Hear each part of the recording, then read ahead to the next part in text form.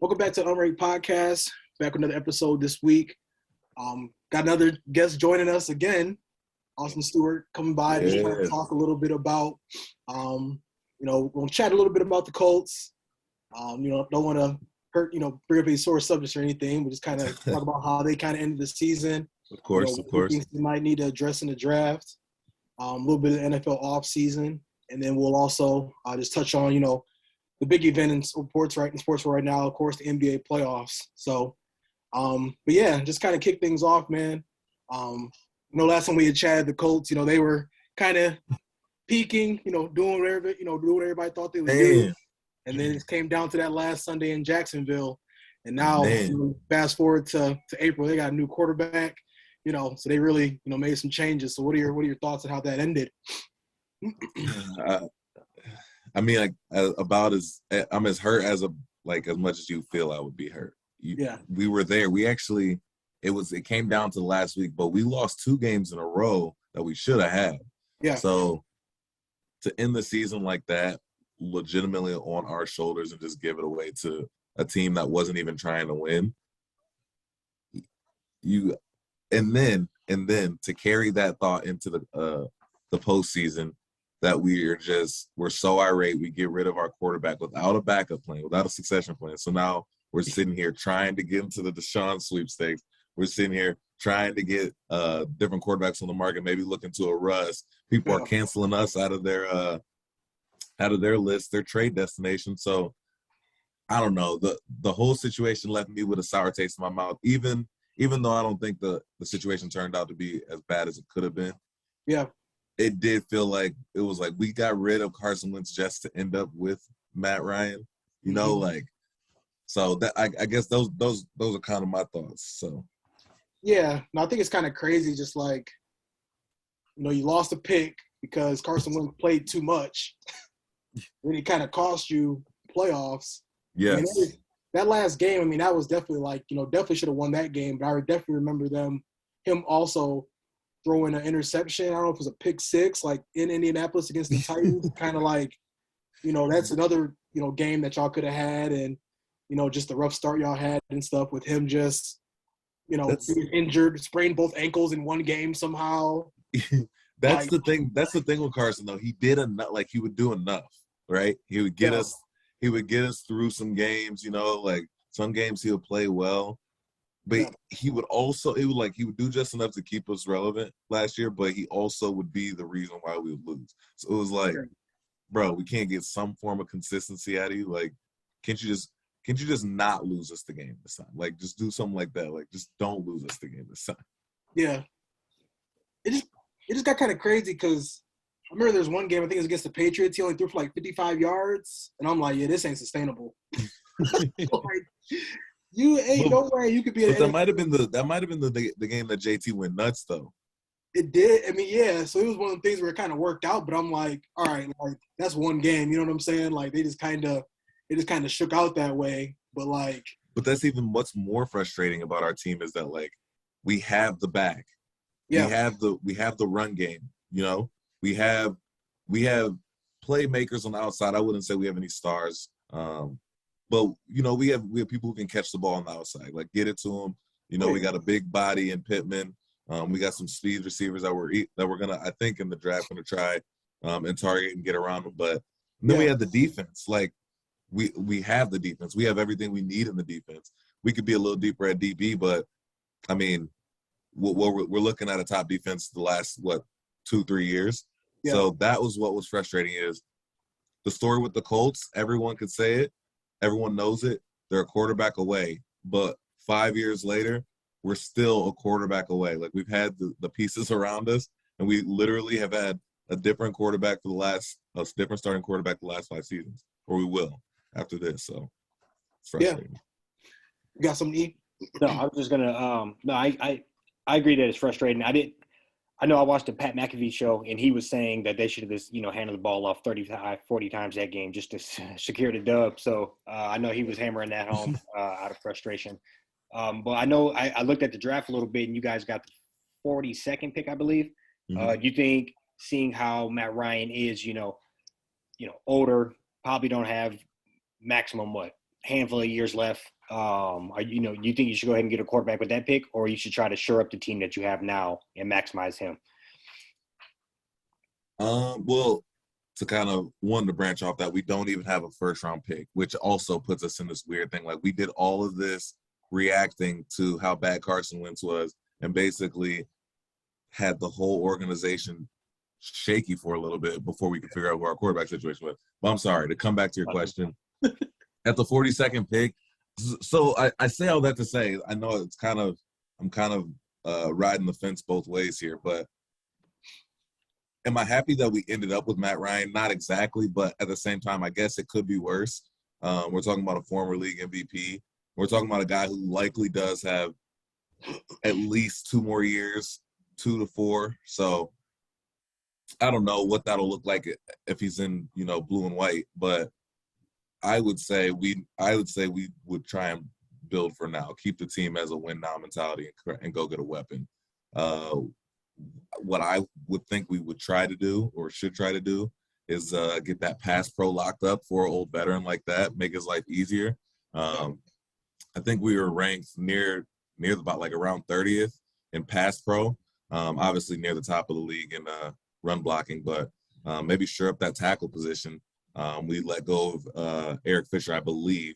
I'd have to double check on that, but I don't think he's coming back. So shore that up, or always like to go get speed kills. Yeah. I think let another receiver go as well. I don't want to Pascal. but I think it's Zach Pascal. Yeah, I was about to say, I think Pascal's out of there too. So go get sure hands. I mean, Zach, I personally really like Zach. Maybe I was biased because he was in the blue and white, but good route runner, good hands. Go get another guy like him, or just go get killer speed. So those would be one of the 2 ways I'll probably attack the first pick there, the second round. No, I agree with that. I did a couple of little mock drafts on lunch earlier just to kind of see how it would shake out, as far as what might be available. And like I said, it's a draft. So, I mean, that, picking 42nd is kind of tough to gauge and, like, really be able to predict what's going to happen there. But, for sure. I mean, I just saw, like, I don't know how much you call it a college game, but, like, John Mechie from Bama. I mean, I think that, you got to hear him from Bama. You know what I'm saying? Like, I think he's like a nice little possession receiver, plug and play type deal. I think he, could be a contributor. And then another guy, talking about speed kills. I think his name is Jahan Dotson from Penn State. Yes. Then talk about him potentially sneaking into that first round. Pretty sure he ran like a sub 4.4, or 4.44 at the combine. So that might be, a way to kind of just know that need. Because when I look at y'all team, I feel like y'all got like all-pro guard, all-pro running back, probably the best middle linebacker in the league. Just got like, wasn't Gilmore a former defensive player of the year? Yes, we just got Spar Gilmore, who's still a lockdown. So it's time, man. It's really I'm saying we've been a quarterback away for how long though? Like, yeah, because I do feel like this year, like I think I might take Matt Ryan over Tannehill, maybe. I feel like it's close, but like I think if it was coming down to like last game of the season, I might trust Matt Ryan a little more than Tannehill. Just because I watched what Tannehill did in the playoffs last year. We know Matt Ryan was like, we saw what happened to him in the Super Bowl, but like, I feel like just the quarterbacks they are, and Matt Ryan be a little bit more, older and more experienced. I think that should be a good shot finally. I don't know. I guess I don't know how accurately I can say I feel about, or I can't say how strongly I feel about Matt Ryan's game because of the past just couple of years, right? They leave a sour taste. They leave a sour taste in anyone's mouth. I know Atlanta fans don't feel, great about how he's the past couple of years, but at the same time, I also am thinking, I'm like, this guy's a legitimate, double-digit year franchise starting quarterback. He's got a league MVP. He's had for as long as I've been a football fan, the dynasty that's ran the NFL had them on their heels in the Super Bowl. This guy's ceiling, or not his ceiling, but his high moments are high. So it's like, we can get some consistency at that quarterback position, even if it's not A+ or A, if it's like a B minus, but we just get that consistency at the quarterback spot, and then we put talent around it. I think we can make noise because, again, we got the defense, we got the running game, and we can get talent on the outside. We have a young budding star in Pittman. You know, Yeah. a guy to keep your eye on is Mike Strawn he was on the practice squad this year, but I think he'll make the roster. Yo. Big body, 6'4". He's got to be 220 at least. Can run, can big catch radius. But I mean, just a young guy. We had a deep room last year with Ty and everybody, kind of on the older end. So, but keep an eye on him, yo. I'm excited. I think we have a lot of talent. I swear. We just need to figure out what we can do with that Q position. Yeah, it's crazy because like, what was it? Luck left, then it was Brissett, then it was Rivers, and then it was Wentz. Am I missing anybody, or is it that was pretty much Luck, Brissett, Wentz, Rivers, Ryan. Yep. Okay. Because and you already know, but it's like you got Jacksonville rebuilding, Texans rebuilding. It's a perfect storm. Yeah. And not to mention, we do have one of the best coaches in the league. Like, I firmly believe that. Frank Reich is brilliant. He's a football genius. So, and dare I say, top 2, top 3, top 5 GM in the league too. So, like, well-run organization. We should be able to get this thing rolling. It's just that, I mean, and it makes sense. We're just struggling finding the most important piece, not even to just the sport, but in all sports, like, that quarterback position is so special. It's so hard, and it's so hard to find somebody good at it.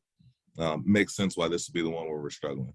Definitely have him over Baker 10 times out of 10. Yeah. So that's, you're already winning in that regard. So yeah, I guess, just to kind of, overall, NFL offseason, what are your thoughts on? I mean, me and Eli talk about it quite a bit. I mean, probably just one of the craziest off seasons we've seen. I mean, everything from like the Brian Flores shit going down, the Deshaun Watson stuff, and just a lot of like the trades, that kind of went through. And, you always kind of see it in the NBA with the big old trades and everything, and the big players kind of moving around, like, but you don't really see it in the NFL. So, like, what are your thoughts on that? I mean, there's a ton. This NFL offseason was a busy one. And I know for time's sake, I can try and speed through it, but I'll try and give short answers. The Aaron Rodgers Packers situation has me just scratching my head. I couldn't make heads or tails of it. He just kind of says what he wants and then does what he does another. Like, he said it wasn't about the money, but then signed the biggest deal. Like, says he needs talent around him, but then takes all the money. The Aaron Rodgers thing, I'm like, this is a classic example of someone just being like too good at the sport for their own good. Like, he's taking all the power he can get and he's just running with it. The Deshaun Watson thing is another head scratcher because he got all that guaranteed money and might not even play this year, but 2, got all that guaranteed money after not even playing a year. Like, guys, remember, he would take a contract just to play again. He just said he didn't want to come back to the Texans. Like, this dude needs a job when he comes back. That was mind-blowing to me. So they paid a guy all that money, made him one of the highest, if not the highest paid quarterback for some hours, with not even knowing if he's going to play this year. That's beyond me. The Baker situation, I think Baker played his way and kind of talked his way into this situation as well. He didn't do great. Like, let's call a spade a spade. Was he given the best opportunities early on? No, I can honestly say that. Do I think he has potential or could be something maybe in the future? Possibly. Mm-hmm. But what he put on paper the last year and a half, yes, he was injured some, but I mean, the whole Odell situation doesn't look great. Receivers asking for trades. I mean, come on now. We got to read the tea leaves. Tom Brady coming back. Man. I know I'm speeding through these, and if y'all want to cut me off. But there's just so much. The Tom Brady situation, he never – I called it when he did it. I was like, he's not really retiring. But for him to do it that, like, to him to not even, like – he playing with our intelligence at this point. What was it? Weeks? 6 weeks? Yeah. Crazy. I say he got mad that his last touchdown ball went for $500,000. He's like, I gotta come back and come back for $1 million in the Super Bowl. Like his last one got to be the Super Bowl. Comes back, and in the wake of coming back, leaves a whole bunch of rumors about like a coup to take over Miami, bro, with Sean Payton. Just hit it. And the people were like, why did he hit it? Like, what's going on here? Like, he's got the keys to the franchise. Why is he just stepping down? Yeah. Come to find out, they was about to run the whole thing. Yeah. Run it all over in Miami. Whole plan Take it over. Bro, like he was about to pull a Jackie Moon, like a player coach, like a player owner, bro. Unreal. The NFL offseason was a dream. And then, too much time, but like AB, Tyreek Hill getting that money. Yeah. I mean, it's so much stuff, but it's funny because like as you're rattling stuff off, I'm just like, oh yeah, I forgot that happened. Oh yeah, I forgot that happened. Like sports have been an absolute treat this year. If you're specifically basketball and football, the 2021, 2022, last 2 years have been an absolute dream. Just the drama off the court and off the field, the drama on the field and on the court, along with like just strategic moves, trades and stuff like that. Man, it's been nuts. Yeah. Can't lie about that. Yeah. I mean, I think, and even too, like, draft right around the corner, obviously, we was kind of touching on that. And, more superstars going to end up getting moved. I mean, it's going to be guys that, contract year coming up or, might not be as happy with their situation. Deebo Samuel, I mean, he's a good example. I heard he just want to go be closer to home. Like, he didn't even he just want to be on the East Coast again. So, he really said, forget winning. Like, I need the bag. Like, yeah. Forget all that other stuff you're talking about. I need the bag. Crazy. Yeah, and I will say this would be a good segue to what we're going to cover next, but I do just kind of like seeing more player control in the NFL. Yeah, that's what it was. Kind of just like, no, like you staying here, you playing. You know what I'm saying? Now it's like, no, like get rid of me or like I'm not playing. So you're kind of forcing these franchises' hands to like, I get it. You sign a contract and like you gotta, you signed it, but like I feel like the team also got to act accordingly, act a certain way. If they're gonna commit to you, they got to commit to you as much as you're gonna commit to them. So I do like seeing the players kind of just stepping in, like I'm not really rocking with this, like get me up out of here type deal. So yeah, and side note on that, they got smarter over the last like 5 to 7 years, and they started inching up that guarantee. Like now they started to get the real bag. Like before them big contracts like 10, 15 years ago, those really weren't nothing because the guarantee on those were very like probably like 10% of the contract. Now they got smart on that, and that's starting to inch up. So now they actually starting to get to the bag, like, equivalent to basketball or baseball contracts or something, so. Yep. Yeah. And then, too, like, just stuff to kind of keep an eye on. I mean, they're going to do Thursday Night Football on Amazon now. I think NFL Sunday Ticket going to go to Apple TV. So that's like hundreds of thousands of users that, I'm going to definitely have Apple TV as soon as that happens, you know what I'm saying? And just for fantasy football reasons and stuff like that, the betting, like, I mean, I think Lamar gonna end up, 300 mil guaranteed up in that. I think he might, if he has a good year this year, I think he's gonna be next in line. Him and Kyler, I think. You think he plays this whole year without getting paid? He's gonna do it. I think Lamar will be absolutely out of his mind. See, this is the thing that as you guys were talking, like, do I love player empowerment? 100%. Yeah. But I think it's been pushed to a point where fringe players and players who don't deserve it are now awarded the same amount of power as the players who deserve it and have earned it. Like, I say that to say, like, Patrick Mahomes earned getting paid early. Jared Goff didn't. Yeah. Lamar Jackson earned getting paid early. Carson Wentz didn't. You see what I'm saying? Like, you being great doesn't get you getting paid early. Like, having a great year doesn't get you paid early. Being absolutely spectacular, going nuts, playing out of your mind gets you paid early. Yeah. We're talking about Lamar Jackson got a league MVP in his second year as a starter. We're talking about Patrick Mahomes winning the Super Bowl and getting the Super Bowl MVP. And did he get MVP that year? His third year as a starter? He might have. Or second year as a starter? One of those years. Yeah, he had like 50 tubs. I think he had like 50 tubs that year. Yeah, just going absolutely berserk, like literally being a game-changing talent. The league stopped and was like, all right, we're pivoting away from Tom Brady and Aaron Rodgers and these and Drew Brees, and we're literally going to focal point Patrick Mahomes and the way he plays and like accentuate his style. Like, that's how you get paid early.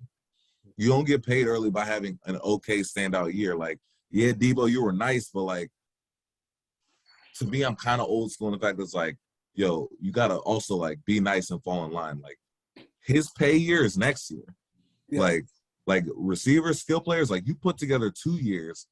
You show that you were carrying the load of the team. You were number one receiver, going crazy for 2 years. You like if he had enough, because we'll just put it in perspective. If he had an okay year this year, he wouldn't be asking for that money. So it's like they're basing their worth off of what they did recently, which is cool. All like that's all fine and dandy. But now, I think players are asking for bags that aren't necessarily deserved yet, and putting teams in a place that makes the product awful for fans. That's where I was kind of wanting to bring it back to. Is like the only people suffering now at this point are the fans, because they'll never get to see their teams actually get to that point of running a dynasty like the Chiefs could have with Tyreek, with, you know what I'm saying? Like those players are going to be out of there. Yeah. So that's kind of, I wish, I can't tell a person to not go get the money. Like if I'm in that situation, I'm chasing the money too. Like, yeah, I'm just saying devil's advocate would be like, you put the teams and you put those markets, that fan base in jeopardy just because you're sniffing yourself and you're sniffing the roses after one good year. Yeah. No, I agree with that. I agree with most of that. I think for me, it's like NFL has always been like a what have you done for me lately type league. He went, like Debo, we'll just use him as an example. He went stupid last year. Like they had him running the ball, like, doing all this other crazy stuff. Like, so I kind of see why he's like, all right, like we need to talk about some of these numbers. Because like injury, you'll put him in the running back, he'll tear his ACL. And they're like, well, for sure, 100%. Like, sorry, yeah. And I think 100%. Right. What if he laces back up and doesn't do nearly as well? Just has a mediocre season though. Yeah, what if he just regresses to the mean?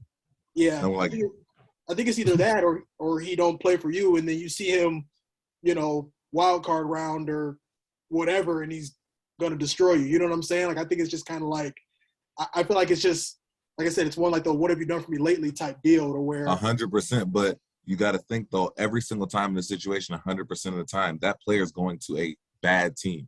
The money that they're asking for is not money that an okay team is willing to give up or a good team can afford to give up. So like when you come to the scene asking for record-setting money, as of recent, then the Rams are kind of an anomaly. But take the Rams out of it, like, you know what I'm saying? The Packers and the Chiefs and like the teams that are at the top of the league can't just jump up and be like, yeah, we're just about to pay you all this money. You know what I'm saying? Like we don't have it. It's tied up elsewhere and a lot of other good players. Or the teams at the middle of the market are like, all right, so if we take Debo on this huge contract, we're tied to this dude for the next 5 years. If he comes in and doesn't do anything, we have to pay him that money. Are we ready to do that? And I would feel like smartly, a lot of teams would be like, nah. Like, why would I do that? Why would I just knowingly handcuff my franchise to the play of this player? Yeah. So. Yeah. No, I mean, I think it's what it's going to come down to and what it's been for a while is like players versus owners versus teams fight for the, NFL. The expectancy is like, 3 to 5 years. So it's like, get your chicken while you can and, kind of keep it pushing. But it's definitely something different, like something interesting to like watch and like just see unfold. Like, this motherfucker Debo, like in the club, like Debo come back to the Niners. He's like, no, sir. Like, I'm not coming back. Like, you know what I'm saying? It just kind of creates more of like a, just like, I mean, where it feels like the NFL is year round at this point now because there's just so much always going on. Whereas, I mean, there's just not games. Like, it's pretty much just, for sure. So I love the product itself. Like you said, like the storylines we get out of it, it ain't my money. So like, I'm here for, you know what I'm saying? Like that stuff is funny. Right. But yeah, we'll jump in to the playoffs. Shoot it to you, E. Just, I know the squad went down yesterday. Yeah, it's okay, man. I get it. You're a little quiet in the group chat. It's okay. I get it. hey, you had to be in to go down. That's all I got to say. That's what I'm saying. But no, what's your take on that? No, I mean, I think it's. I mean, there's no real reason for him to get swept. I mean, that's bottom line. It makes no sense. Regardless, I think they all year they had this lackluster. We can kind of turn it on when we feel like. Right. I think they quickly realized that couldn't happen. So, I don't know. I think it was a punch in the face. Hopefully, I would love to see I don't think KD's just washed up and he won't be in the mix again. But hopefully they can figure out a way to get it back together sooner rather than later, because this little experiment isn't working whatsoever. So no real excuses. I think it's just kind of it's real bizarre. And officially, I don't know. It's just kind of odd, and I'm rooting for the Pistons next year in the playoffs anyway. So I'm more mad. Right. Okay. I just think it was just like, because Kyrie played way worse, and KD did, in my opinion, in that series. He had that first, that game won, but they still couldn't get the dub. I do kind of feel like Kyrie was like, all right, man, like, come on, and then just to go to the press conference and be like, yeah, next year, we're gonna do it. It's like, dude, like. Yeah, no, and then not only that, he kind of acted like he was the, he's like, no, he named like him, KD, and the owner. He's like, yeah, no, we're like gonna manage this together. Yo, Dude, that was wild. He's delusional. He's pretty delusional. I don't know. Yeah. Just for like as a KD fan, I wouldn't be mad if they find a way to try to ship him. Kyrie. That is. Yeah. I don't know whether that would happen, especially how this all played out. How much you can get back at this point, but I do think if he heats up through mid of the year, I wouldn't be mad about them trying to ship him out, just as a KD fan alone. But I don't. It's real. Because KD couldn't do that double. He couldn't stop the double team. He just seemed like that was his kryptonite. Like he had never seen. He got outplayed flat out. Yeah. He got outplayed by, first off, him and Kyrie got outplayed. We're talking about a player who, I got so much on this. I know we're about to run out of time. I'm gonna try and fit all this in.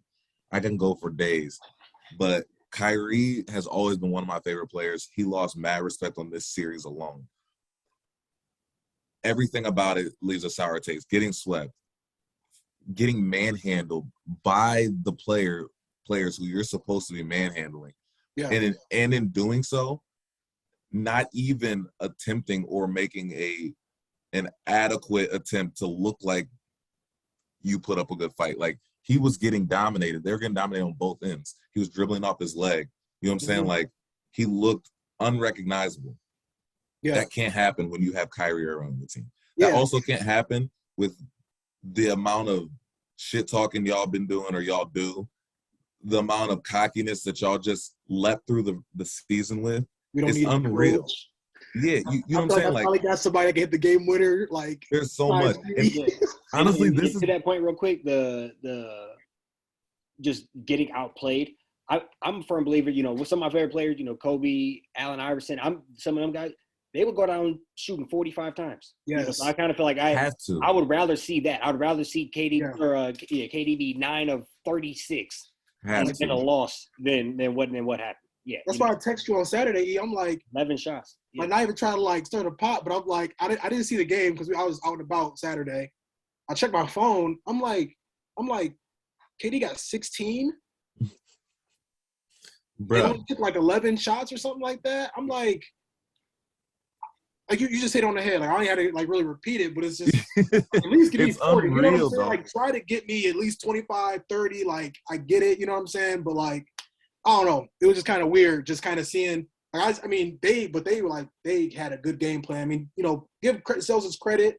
I think that's one thing you definitely got to do. Is just the head coach. Yeah, the head coach was actually on the Brooklyn staff last year. So that makes a lot of sense with strategy and game planning against KD.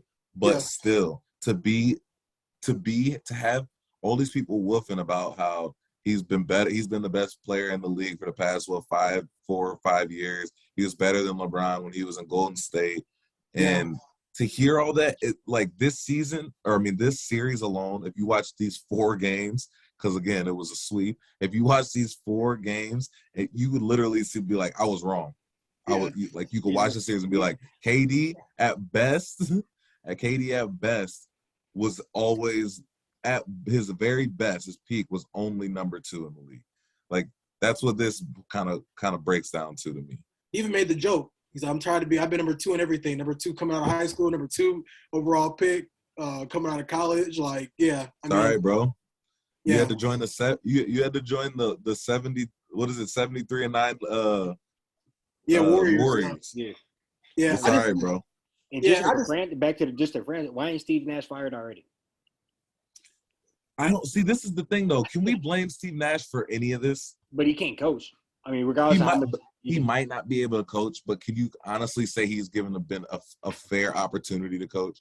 The team was ripped. His team that he originally had was ripped from him, and then Kyrie decided to be a part-time basketball player, and then KD was like, "I'm always going to be hurt." Harden was like, "I don't want to be here." Like, how could you expect anyone? A better coach could find a way to say, "All right, KD, we can't keep doing the same, keep double teaming the same fucking way. Like, we got to figure something else out. We got to get you in a different spot on the court. We got to, could have even talked Kyrie into getting a shot 9 months ago. He could, the different coaches could have figured out different situations. But that's a good point. But except for as far as giving a chance to coach, I don't think he's coached anything but this NBA team. So he was given this supposed to be a championship pedestal, and he blew it. He was supposed to have a different team, and then KD and Kyrie came through and ripped everything to the studs. That's true. But to the point about like telling him 9 months ago, I will 100% agree. Like, a coach has got to be able to, like, one, establish a culture, philosophy with the team, and be able to call out stars and put them in the right places to succeed. My only thing was, like, when was he given that opportunity to even do that? Like, KD was like, when he's hurt, he's probably not practicing. Like, let's keep it a buck. When Kyrie wasn't there, he couldn't be there. So, like, they couldn't. When is he going to build that rapport with these players to be able to tell them to shut the hell up and run this play? Like, he's probably. I don't know this to be a fact. This is just me kind of talking shit. I bet Steve Nash walks around the Brooklyn facilities on eggshells. That would be my guess. Yeah. I would guess he yes sir, no sir's Kyrie and his GM and his owner. I don't know that to be true, but just hearing how Kyrie talk, they call him Steve. So, like, it's, you know what I'm saying? Like, I personally don't, I agree. Elijah, you could be 100% right. He could suck as a coach. I don't think we know that yet, though. I don't think we can say we've given him the opportunity to show us that he actually sucks. Yeah. I think, and I'm probably more on, like, I think I'm just on a fence with it, just because I do kind of feel like, just for the plain fact they're like, oh, we just get him in here because we don't really need a coach. So it was just like, he's already like, all right, like, well, let's get him for the name. Yeah, he specializes in running gun. Yeah, and then even just like, I saw, like, when I was at the gym, I saw that they legit, like, they lost like 7 players to COVID for like 2.5, 3 weeks or something crazy. And, like, I think KD was already out too. So, I mean, there were things that kind of happened that was out of his control. Yeah, no, I mean, they definitely had like a month straight where, like, Bruce Brown was their leading scorer. Yeah. So rough patch, but I mean, that's, I don't know. I think that's hard. I don't know.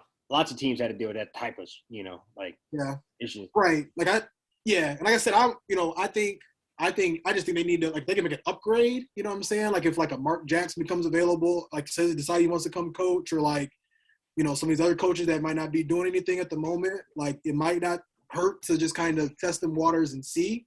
But I just feel like I think this year is like a lesson, like, all right, like, we definitely need a coach. We definitely need some guidance. Like, we can't just sit out here and play iso ball and combine for 80 every night. 100%. That definitely has to be addressed. Right. Now it's like, and then you got the common denominator, Ben Simmons. We don't really know with him at all. Like, you can't even really plan for him. You got to, like, it's real dicey for them just because, like, you got Kyrie. I think they might have given him $200 million this year in the summer. And, like, you know what I'm saying? It's probably going to happen. You got Ben Simmons. He getting $108 million over the next 3 years. Like, you're just going to end up having one of these, like, podunk teams with, like, Blake Griffin and LaMarcus Aldridge, like, not really playing. You know what I'm saying? Like, it's just you've had a front court carousel too. Like, that's why I can't blame Steve Nash. They brought Blake Griffin through. They brought I can't even remember his name. Tall dude from the Spurs. He's still on the team. LaMarcus, they brought him through. Andre Drummond was on that team at one point. Injury, like a had to retire. He risked his life to come back. He didn't play. Yeah. Andre Drummond was on that team at one point. Like, Seth Curry was not on that team 3 months ago. Like, for us to say, like, the continuity, I think when Kyrie said it, it was an excuse. So I don't really want to give him credit for that. But none of us can really feel good about saying, like, they probably had a good chemistry, right? Like, no one in the right mind would be like, that team probably had some of the best chemistry in the playoffs. It's just impossible. So that alone, I just can't indict the coach. If the players don't feel good playing together, how could you feel good coaching a bunch of strangers that don't feel good playing together? Like, does he have some blunders, like moments where you're like, there should have been a timeout there, or that was an awful timeout, like different or a bad substitution, 100%. But then again, he is only a year 2 coach, so it's like they're all gonna have blunders. That's just my thought on it. Yeah. I'm not necessarily saying you're wrong, Elijah. Yeah, no, and whether it's true or not, I'd put it this way: maybe it's just you need to clear the air. Yep. Maybe. Hey, possibly. Yeah. Everybody sit in the room and be like, I don't. Maybe, and all that is true. So maybe you couldn't. Maybe like you say, a lot against him as well. I do. Yeah. But maybe you just got to clear the air and say, we starting fresh. With I also want to hear you guys. I almost forgot about the Ben Simmons thing. Oh my God. Crazy. I do want to hear you guys' picks though for the other games. Not that you have to like elaborate on each of them, but I do want to hear where you guys are leaning. Yeah, so I definitely got like Dallas. I mean, before the playoffs started, we had Dallas picking them or going, advancing. Luka coming back is huge. Yeah, I had Dallas if Luka played. Yep. I'm the biggest Utah Jazz hater of all time, so definitely wasn't gonna pick them to do anything. Self-proclaimed. Yeah, self-proclaimed for sure. Suns are in trouble. Okay. I would just say to chop it up, I think the finals, like what I'm looking at right now, is probably gonna be like a Bucks Warriors finals. That is what I think it's on track for. As much as I love Chris Paul to get his ring, Warriors. Yeah, that's what I think. Yeah, so just to keep it short and sweet, I probably actually have to second that. Initially, I was picked the Suns, Bucks, with the Bucks repeating, but I think the Warriors just came out. It looked good, firing, even And, I don't know if you without I'm drawing a blank on his damn name right now. Without Booker, I just don't know. Yeah, Devin. I think that's a big, too huge of a question mark. 27 points of void every night. You know what them hammies are. Yeah. So, what you think, bro? What you think, Stu? Come to think about it, that's interesting. I mean, I guess I'm gonna try and go down the list. I got the Bucks coming out of theirs. I got the Warriors coming out of theirs. Like so I like all the favorites. I like the Suns coming out of theirs. I like Memphis coming out of theirs. I like Sixers. And I like the Sixers. Yep, is that the last team? I think that's the last team. So honestly, okay, this is one thing I want to say. I think that the Bucks are gonna have a fight in the Eastern Conference Finals. Yeah. I think that the East can present problems to the Bucks, especially with Middleton out. I would have said this without Middleton even being out, but I do have the Bucks making it to the finals because Giannis is the best player in the league right now. Okay. Not right now. He has been. I still like Phoenix. Okay. I still like Phoenix. But then again, how can I like Phoenix without Devin? So you know what? I take that back. I like the Warriors too. Healthy. I'm taking the healthiest team in the West. Yeah. But obviously we don't believe in the Jazz and we don't believe in the Nuggets. Never did. The Nuggets about